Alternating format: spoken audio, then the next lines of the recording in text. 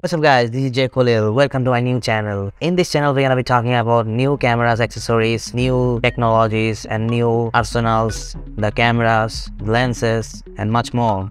Also the post-production, we're gonna be talking about it in the later on what I'm doing. I'm basically a freelance videographer, video editor, and all around the world I'm gonna be doing the projects for the clients, freelance marketplaces. I am gonna roaming around 2 years of Fiverr and also doing some sort of Upwork video editing process for past 1 year. So when you're gonna take a look at the newer Sony A7 IV, well, which is new topic, and that is when the Sony A7S3 releases, it jam-packed with lots of video features, something sort of 4K 120fps and much more. So it is definitely a good camera to your arsenal. So the Sony A7S3 is the ultimate camera designed for true filmmakers with adjustable autofocus, precise image stabilization and the low-res sensor that works in a situation with recording time limits. No recording time limits. So the successor with the new sensor and the autofocus system that Sony has to offer is of course very much in demand. Today we have something exciting news about the Sony A7S IV.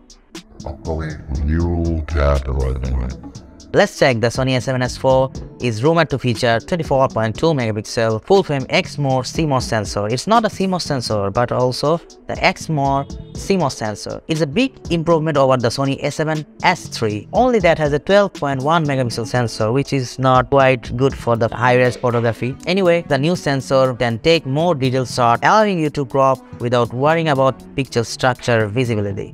Now to process much information, Sony A7S IV is equipped with the latest AI processing units from Beyond XR and Sony A7 R5 lineup. We all know how powerful the new processing unit as it can perform real-time detection, autofocus on 7 different selected target types including human, animals, cars, etc., which can significantly improve object recognition over time. Also adding dual-gain ISO and time for support to the system gives him the advantage of having two film stocks In one camera. Sounds cool. This powerful sensor combined with the processing units allow him to record 4K 120fps recording system without bundling all the necessary video, XAVC, HSS, XAVCS. Ensure consistent performance and quality at a bitrate up to 600 Mbps. Are you gonna listening?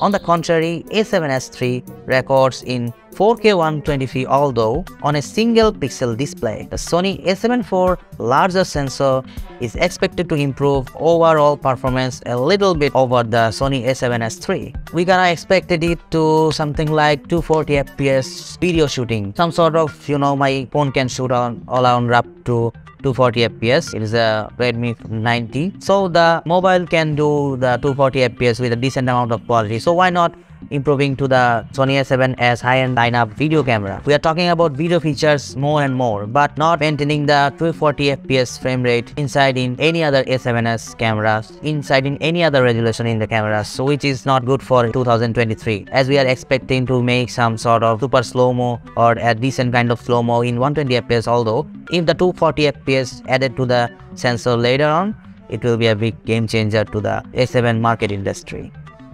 There is no concrete information on whether that 24.2 megapixel number will record up to 6K or 8K, something like we have previously experienced on A7 R5, which is the newest body of the Sony A7 lineup, in R lineup also, which is the photo-centric camera. It also capture 8K, 24 or 30 fps. But as we have been seeing with recent Sony releases, it's theoretically possible. Additionally, the A7S IV has S-Clock 4 Gamma and display assist feature in the system. As its user in post-production, we see another major improvement in our latest stabilization system. 5-axis image stabilization, it up to 8 stops. Previously we're gonna do in the 6 stops lineup, but hey, we are expecting this to up to 8 stops or more. It combines a higher performance gyro with optimal algorithms for more precise shape control. As you can see in the A7 III or already I have filming on A7C. Although it has gyro metadata, but it lacks some sort of OIS, that means optical image stabilization, on the native any kind of lens. However, to assist users in post-production, we see another major improvement in our stabilization system. The EBF also improved to 3.6 million dots and the refresh rate is now 120 FPS, much better than the Sony A7S3. 3-inch tilt screen LCD monitor is also suitable for filmmakers and dual UHS. 2 SD card slot for ultimate recording time support. Other features like built-in Wi-Fi with NFC, ISO from 100 to 204800 and nearly 2 hours of battery life make a lucrative deal overall. So when is the Sony A7 IV coming out? The real questions.